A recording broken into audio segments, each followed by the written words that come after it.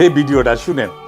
জামাত ইসলামের যদি নাকি মাঠের নামে পিটাপিটি করতে আসেন না, বিএনপি আপনারা পিটাপিটি করে পারবেন না ওদের সাথে। এই জামাত ইসলাম বুকে পাথর ভেদে তারপরে এই 12 তারিখে নির্বাচনটা মেনে নিয়েছে।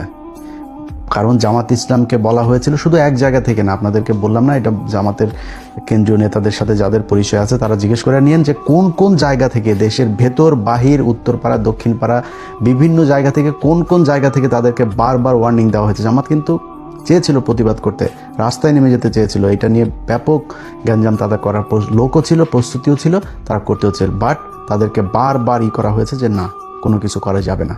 তারা করে নাই। তারা কিন্তু এই দেশের কথা চিন্তা করে, দেশটা গৃহযুদ্ধ বেঁধে যাবে, দেশে একটা খারাপ পরিস্থিতি তৈরি হবে, আওয়ামী লীগ ইন্ডিয়া তারা সুযোগ নেবে, তারা নিজেদের ক্ষমতায় দাওয়ার চাইতে দেশের যেই রাজনৈতিক পরিবেশ, এই পরিবেশটাকে তারা শান্ত রাখতে চেয়েছে, এই জন্য তারা ওই দিন গ্যাঞ্জাম করে নেই।